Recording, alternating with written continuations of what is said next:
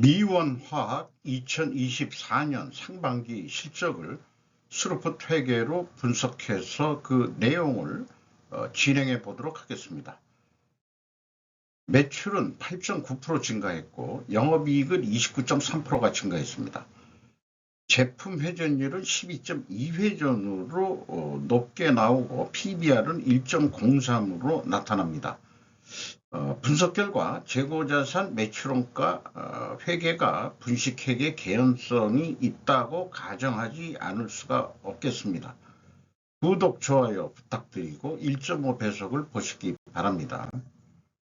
원가 회계 손익으로서 매출이 1274억 원을 달성해서 전년 상반기보다 8.9% 증가했는데 가공비 배부 재고자산 제품은 14.9%를 줄였습니다.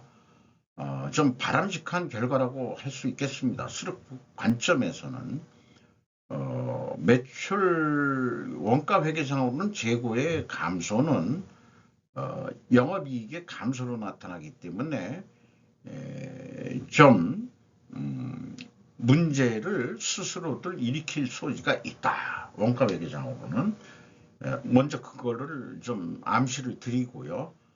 매출원가는 5.1% 적게 상승했기 때문에 매출 총이익이 25.8% 증가했고 판매관리비가 15.4% 증가해서 영업이익은 172억 원으로서 32.4%가 증가했습니다.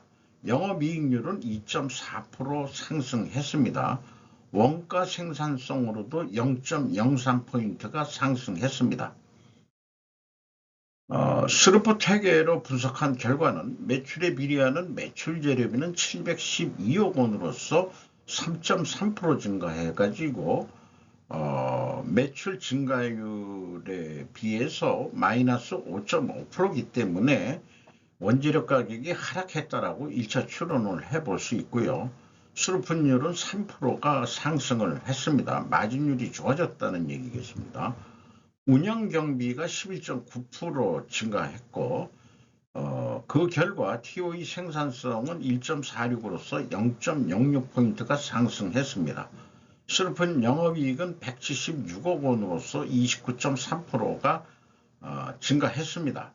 원가 회계 영업이익보다 4억 2,500만 원의 더 영업이익이 났습니다. 재고가 감소했기 때문입니다. 제품 재고는 14억 4,800만 원이 감소했습니다. 이 감소한 금액의 가공 비율을 곱한 금액이 아까 4억 2,500만 원, 그 금액이 나올 것입니다. 가공 비율에 대해서는 다음 장에 소개를 하도록 하고요. 전체 재고 자산도 7억 6,800만 원을 감소를 시켰습니다. 전년도에는 꽤 많이 또 감소를 했네요. 40억이나 감소를 시켰었습니다. 비성분 재고자산의 변동이 있는데 이게 이제 그 회계 투명성을 하는데 키포인트로 잡고 있는 것입니다. 원재료 매입액인데 이게 사용액이 정상적인데 재고자산의 변동 범위가 그러면은 이게 불분명해진다는 얘기고요. 원재료가 포함된다는 얘기가 되겠습니다.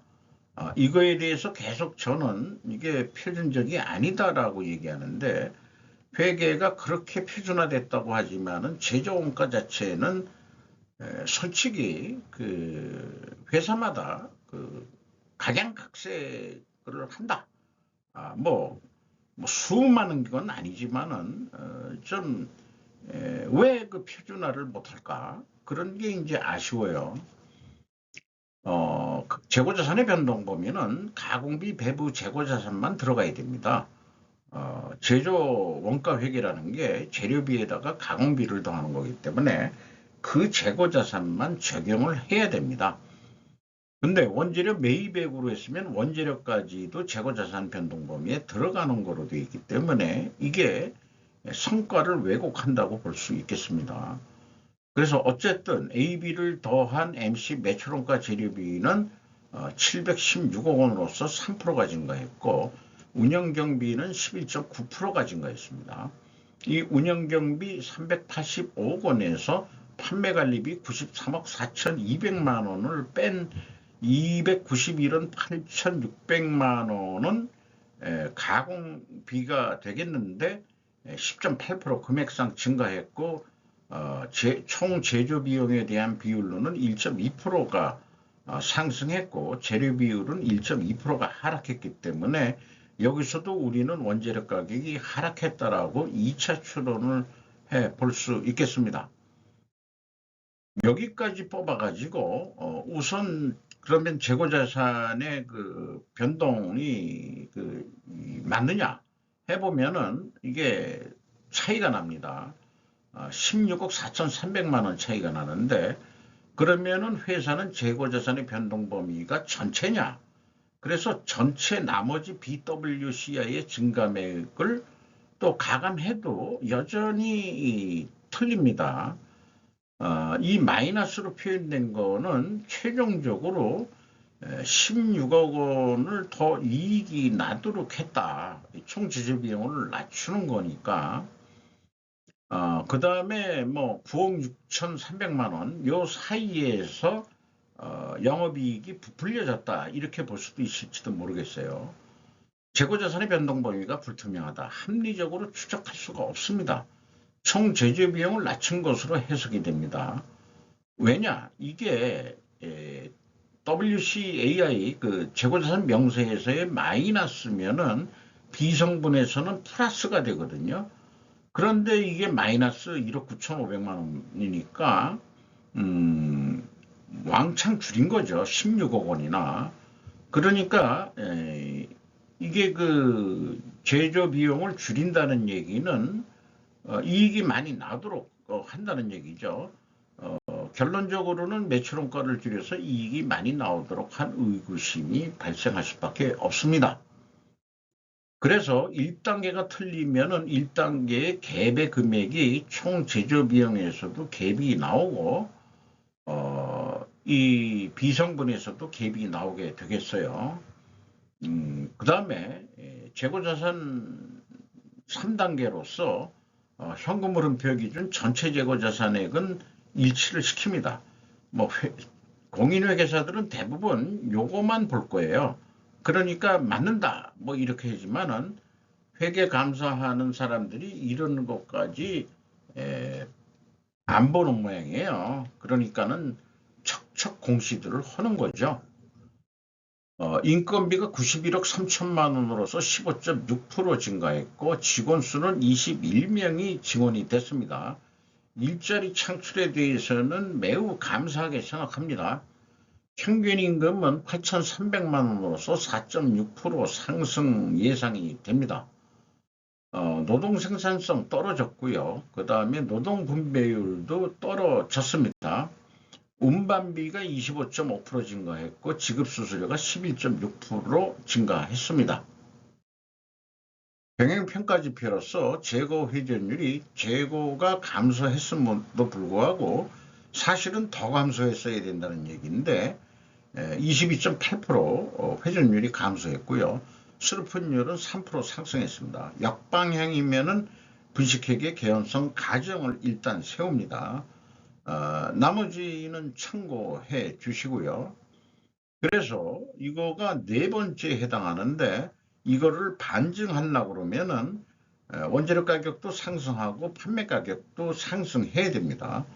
또 하나 필연적으로 존재할 다른 결과를 본다면 수량으로 재고 회전율을 산출해서 하락한 것으로 나타나야 됩니다.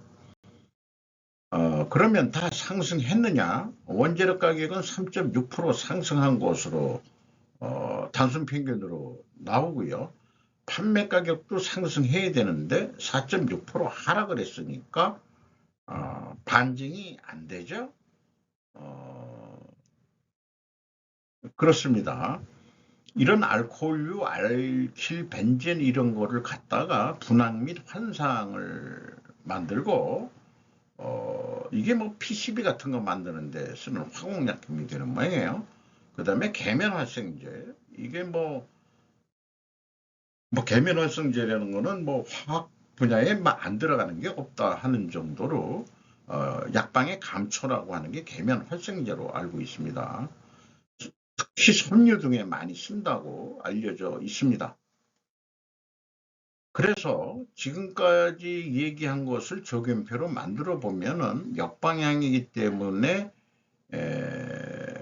그 부식핵의 개연성 가정을 세우는데 원재료 가격이 상승해야 되는데 1, 2차 출원과는 모순이 되죠. 판매 가격 상승해야 되는데 원재료 가격은 상승했지만 판매 가격 하락. 그래서 검증은 한 50%만 실패했다.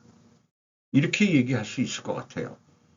요거는 또 이 전체 그 조견표로서 원재료 가격이 상승을 했더라도 요게 그 재정원가 비율이 있으니까 또 가공 비율도 있고 그러니까 3.6% 올리더라도 가격 상승 압박률은 2.9%인데 거꾸로 4.6%를 내렸다. 이런 얘기가 되겠습니다. 이렇게 됐는데도 어떻게 영업이익이 증가하냐? 이게 이제 좀 의심스럽다. 이런 얘기죠. 그리고 상반기 실적에 의해서 하반기는 작년도 매출액에서 뛰어넘어 가지고 54.8% 6개월이면은 50% 정도까지만 하면 되는데 더 팔았다는 얘기죠. 이걸 기준해서 어제 팔린 만큼 내일도 팔릴 것이라는 단순한 예측 알고리즘밖에는 저는 가지고 있지 않습니다. 그래서 100%더 해보는 거예요. 그러면은 2,565억 원. 이때의 매출 원가는 2,032억 원인데 매출 원가 2,032억 원은 총 제조 비용부터 해가지고 재고가 감소를 하는 거를 연말까지 가는 거로 그렇게 가정을 하고서 예측을 해본 겁니다. 이거를 실행한다 그러면은 재고 감안한 것은 이게 판매 단가라고 가정을 하면은 25만 6,493원 원에 판매를 해야 되고 영업적으로서 재고는 우리 그런 건 못 갖다 한다면은 25만 5,261원. 그런데 지금 조정하는 영업이익을 부풀리는 거로 조정이 됐다고 저는 인식을 하기 때문에 회계의 입김이 센 회사 같다. 그러면 25만 6천 원에 팔아라. 그렇게 되면은 3만 4천 원 남으니까 뭐 계획하고 얼추 맞지 않느냐. 요때 근데 조금 더 좀 노력을 해보자. 1% 정도 더 판매를 한다면은 재고가 그만큼 줄겠죠. 그렇게 했을 때 영업이익은 353억 원이 나올 거다. 이런 얘기가 되겠습니다. 그러면은 스루프트 회계로는 어떻게 예측하느냐? 단순 이배하면은 2,548억 원이 되겠어요.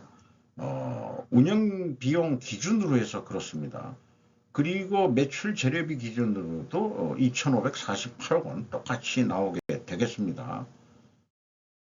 요거를 실행할 때 판매 가격을 25만 4천 원으로 그렇게 잡을 수 있을 거예요. 그러면 한 34,500원이 남는 거로 그럼 더 이익을 내보자. 조금 0.5% 0.5회전 더 좀 하자. 2.1% 노력을 더 못하느냐. 그러면은 이게 달성이 된다면은 매출액은 다시 100만 원 단위로 와서 2,603억 원이 달성이 되고 영업이익은 373억 원으로 더 높게 이익을 낼 수 있다. 그래서 스루프트 회계 기준이 좀 낮게 나옵니다. 그리고 원가 회계 기준은 2,000원 지금 더 비싸게 나오죠. 이게 재고가 감소했을 때는 스루프트 회계가 더 높게 나오게 되어 있는데 이게 이제 그 분석 통계에 의해서 나타난 테이블이 되겠는데요. 재고가 감소했잖아요. 이럴 경우에는 예가가 원가 회계보다 높게 나오는 게 트렌드입니다. 그런데 예가가 낮게 나왔잖아요. 그러면 이게 결국 뭐냐? 총제조비용 분식회계 개연성을 언급을 안 할 수가 없다. 이것 때문에 합리적으로 논리적으로 이게 안 맞아떨어지는 거예요. 여기까지 끝까지 이렇게 물고 늘어지는 우리는 자관 주유소 습격 사건의 유호성 씨처럼 한 놈만 끝까지 끝날 때까지 끝난 게 아니다. 끝까지 확인한다. 그래서 이게 예가도 이게 높게 나와야 되는데 어떻게 낮게 나오느냐. 이게 안 맞아떨어지는 거다. 이렇게 얘기를 할 수 있는 거예요. 주가는 8만 100원으로서 전년 상반기보다 15,100원이 뛰었습니다. 그리고 PBR은 1.03으로서 장부 가격을 뛰어넘었습니다. 뭐 주가는 좀 바람직한데 이게 미온화학이 그 매출원가 표준을 좀 재정립해야 되지 않겠냐. 재고자산의 변동 범위를 제품만 해야 됩니다. 근데 뭘 그걸 확인을 할 방법이 없어요. 이 오차가 나는 걸. 그렇습니다. 최대 주주는 미성통상으로서 30.82% 지분을 가지고 있습니다. 이상 미연화학 상반기 실적을 스루프트 회계로 분석해서 그 내용을 소개해 드렸습니다.